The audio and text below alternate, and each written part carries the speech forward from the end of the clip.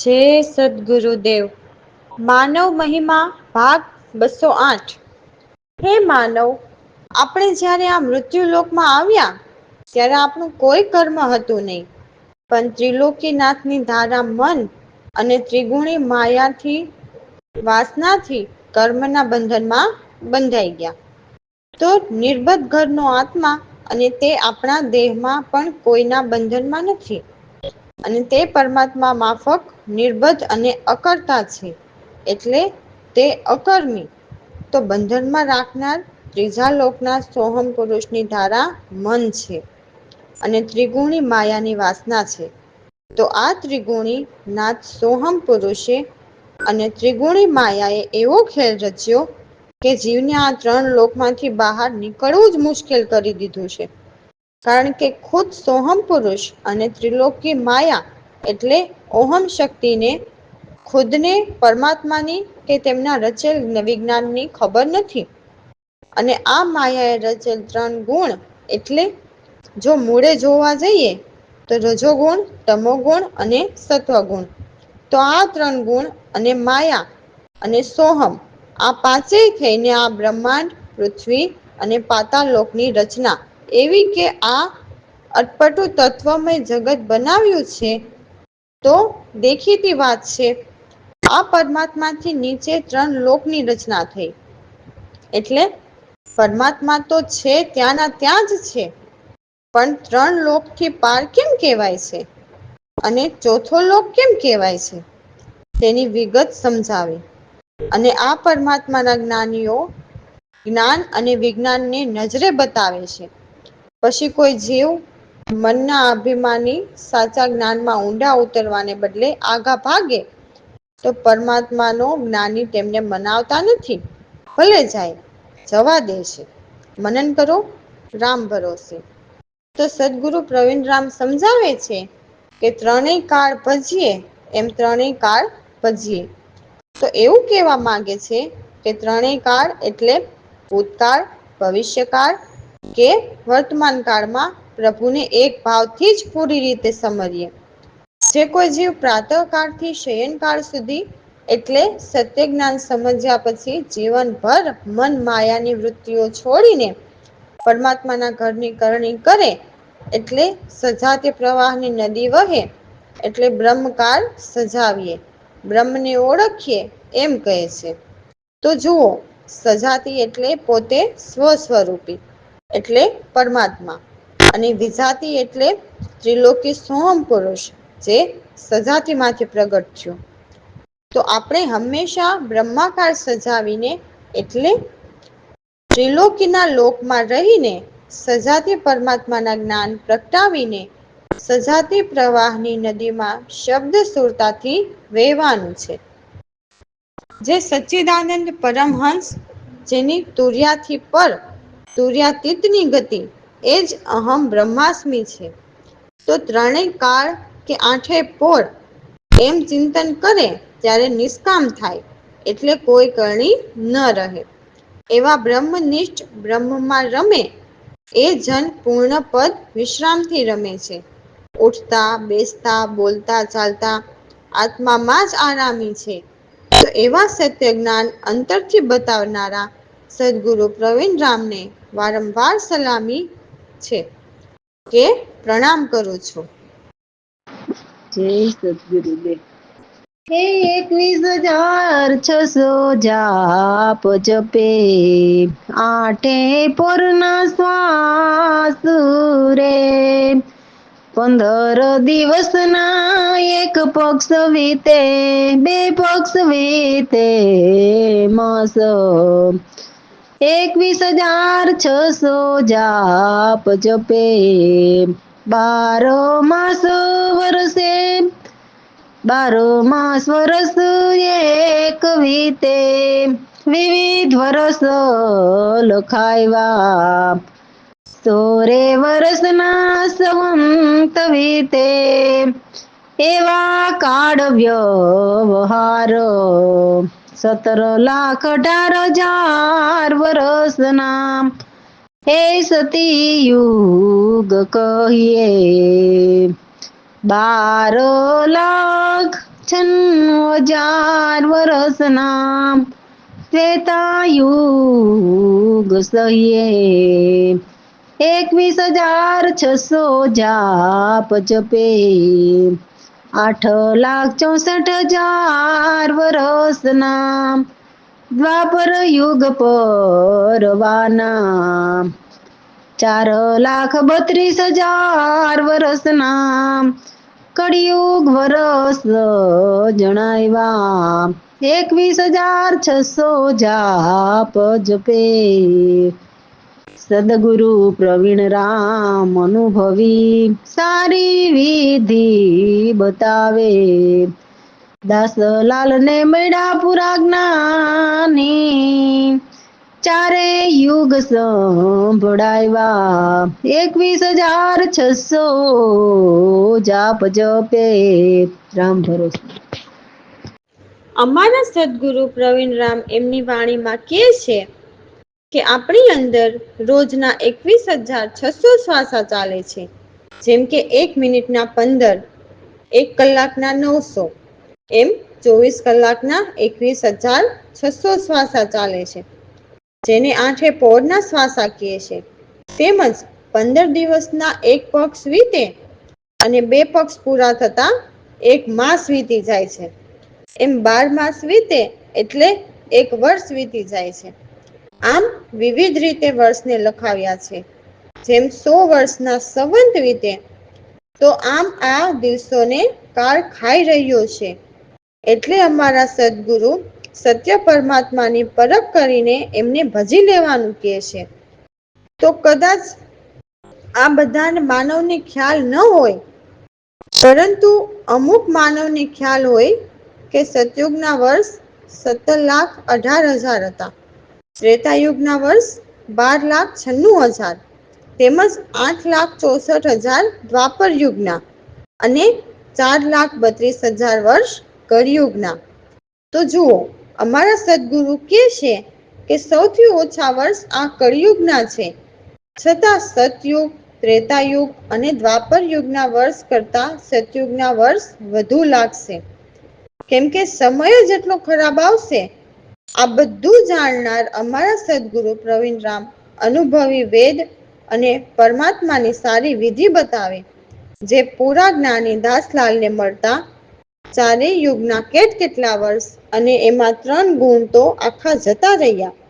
તો ખોટા શ્વાસા વેડફ્યા વિના રામ નામનું સ્મરણ શબ્દ સુરતાથી કરી લેવાનું કહે છે. જય સદગુરુદેવ.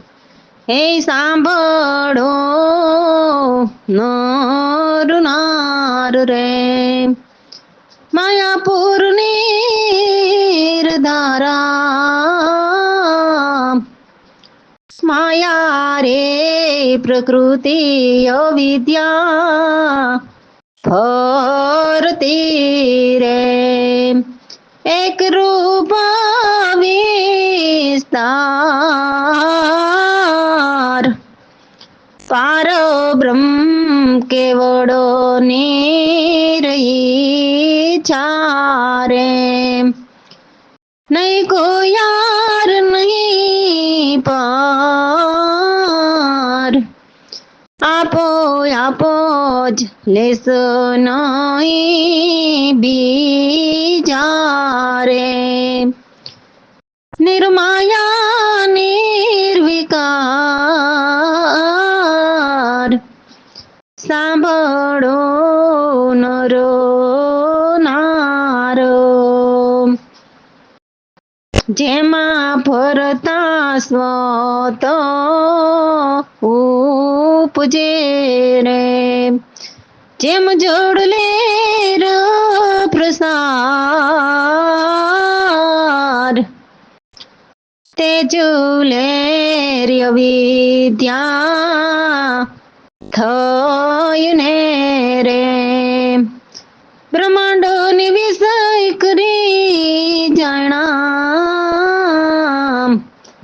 સાંભળો નર નારો રે શુદ્ધ સર્વગુણ એ રે માયા રે અવિદ્યા મલિન વિકાર પ્રધાન અધિક હો જે મારે એ પ્રકૃતિ વિચાર સાંભળો નર નારો સ્વ વિષય સ્વ આશ્રય માયા રે એમ વેદાંત પુકારે પ્રવીણ રામના એક દેશ મારે કલ્પિત માયા સાર સાંભળો નર નારો રે રામ ભરોસે. સદગુરુ સમજાવે છે કે હે નરનાર, તમને અમારા સદગુરુ સત્ય સંભળાવે છે કે માયા પ્રકૃતિ એક અવિદ્યા એ સર્વ જીવોમાં ફરે છે. એમના એક રૂપથી સારા વિસ્તારમાં અવિદ્યાનો વિસ્તાર છે. પાર બ્રહ્મ એ એક કેવળ નિરઈચ્છાએ રહેલા છે, જેની આરપાર કોઈ નથી. એ જ આપોઆપ સૌની અંદર બહાર રહેલા છે, જેમાં બીજા કોઈ લેશ માત્ર નહીં એવા નિર્માયા નિર્વિકાર છે, જેમાં ફરતે સ્વતઃ ઉપજે એટલે પોતે ઉપજે ને વિસરે એક જળ લહેરનો પ્રસાર છે, જેને બ્રહ્માંડ સુધી વિષય કરી જાણ્યા. પણ પ્રકૃતિથી પર શુદ્ધ સ્વરૂપ છે અને માયા મલિન વિકાર છે. જેમાં તમ એટલે તમો ગુણ વધારે હોય તે પ્રકૃતિ વિચાર કહેવાય. સ્વ વિષય સ્વ આશ્રય એ માયા છે, જેને વેદ પણ પુકારે છે. અમારા સદગુરુ પ્રવીણરામ કે છે તો એક પરમાત્માના દેશમાં કલ્પિત માયાના સાર નથી. જય સદગુરુદેવ. એ સાહેલી સતા સ્વરૂપી સતધામો આ સાચા સિતાન રે સાહેલી સતા સ્વરૂપી સતધામો કયા સાંભળ્યા દુઃખ નહીં મોટે કહેતા કવણાય રે બેગમ ઘરની વાત રે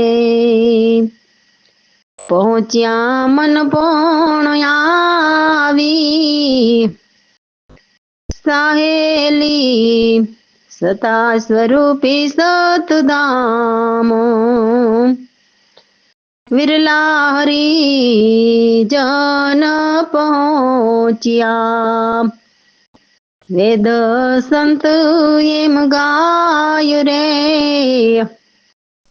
સતગુરુ વિના પહોંચે નહીં ખોટી કરો ઉપાય રે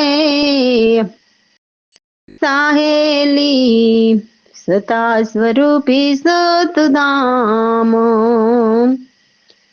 ગુરુ મળ્યા નિર્ભય ભર્યા નહીં આવે નહીં જાય રે નિત્ય પ્રાપ્તિ જાણીએ એવા દેશ કેવાય રે સાહેલી સતા સ્વરૂપી સતધામો અક્ષય અખંડ યનાદિનો આનંદ કયો નવ જાય રે ત્યાંના મહિમાને કેતા ચારે વેદ થાય કા સાહેલી સતા સ્વરૂપી સતધામો ગુરુ પ્રવીણ રામ લખતા કહે, લખિયા દાસ લાલે નિજાનંદ આનંદમાં, અનંત સંતોના ધામ રે સહેલી, સતા સ્વરૂપી સતધામ. રામ ભરોસે. હવેની વાણીમાં અમારા સદગુરુ કહે છે કે હે સાહેલી, હવે સતા સ્વરૂપ સતધામ, તો તે પરમાત્માના ઘરને કહે છે. એ જ સાચા શેતાન, સૌના કરતા છતાં અકર્તા છે. તો એને ફક્ત કહેવાથી વાત નથી સમજાતી કે આપણા જન્મ મરણના દુઃખ નથી મળતા, પરંતુ તેને આપણી આંખોથી પહેલા નિરખવો પડે. તો એને નિરખાવનાર પરમાત્માના જ્ઞાની કોઈ મળે તો નિરખાવી શકશે ને, પણ આપમેળે નિરખાશે નહીં. તો આ વાત છે બેગમ ઘરની. સદગુરુ કહે છે કે મન ભલે ને 3 લોકથી ફરી આવે, પણ સાચા પદ જે ચોથા પદ છે ત્યાં નથી પહોંચી શકતું, બધે ફરી આવે. તો જ્યાં મન નથી પહોંચી શકતું ત્યાં હરિજન વિરલા પહોંચ્યા, એમ વેદ અને સંતો પણ કહે છે. તો હે માનવ, તમે કોટી ઉપાય કરો તો પણ સદગુરુ વિના ત્યાં પહોંચી શકાતું નથી. જેમને સત્ય જ્ઞાની સદગુરુ મળી ગયા એ નિર્ભય બની ગયા, એટલે એમને આ 3 લોકમાં આવન જાવનના ફેરા મટી ગયા. નિત્ય પ્રાપ્તિ જાણીએ એવા દેશ કહેવાય, એટલે એ જ એક પ્રકારનું પ્રાપ્ત કરવાનું છે. એવા દેશ છે, એવા અક્ષય અખંડ અનાદિનો આનંદ કહી ન શકાય એવો આનંદ છે. ત્યાંનો મહિમા કહેતા 4 વેદ પણ થાકી ગયા. તો પરમાત્માનો મહિમા તો કોઈક સંત જન જ ગાઈ શકે. તો એવા જન અમારા સદગુરુ પ્રવીણરામ પરમાત્માના ઘરનો મહિમા લખે છે. તો દાસલાલ કહે છે, અમે એવા સદગુરુને પામ્યા જે પરમાત્માના ઘરનો મહિમા લખે છે. તો અમે સદગુરુ કૃપાથી નિજના આનંદમાં રહીએ, જ્યાં અનેક સંતોના ધામ છે. રામ ભરોસે. જય સદગુરુદેવ. ત્રણેય કાળ ભજીએ, ત્રણેય કાળ ભજીએ, પ્રાંત કાથી શયન કાળ સુધી, વૃત્તિઓ વિજાતી તજિયા, સજાતી પ્રવાહ નદી વેતી, બ્રહ્માકાર સજાવી, ત્રણેય કાળ ભજીએ, એમ ત્રણેય કાળ ભજીએ, સચિદાનંદ પરમહંસ ગતિ તુર્યામ, એ જયમ બ્રહ્મસ્મી,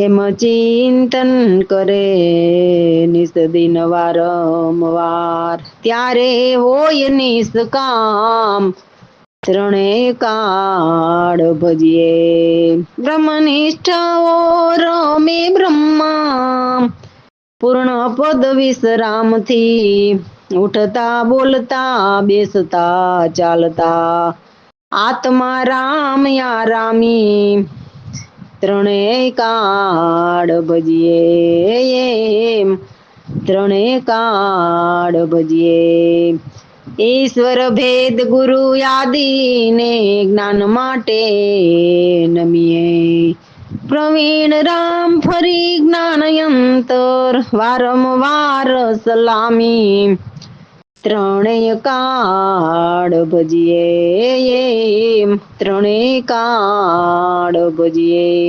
રામ ભરોસે.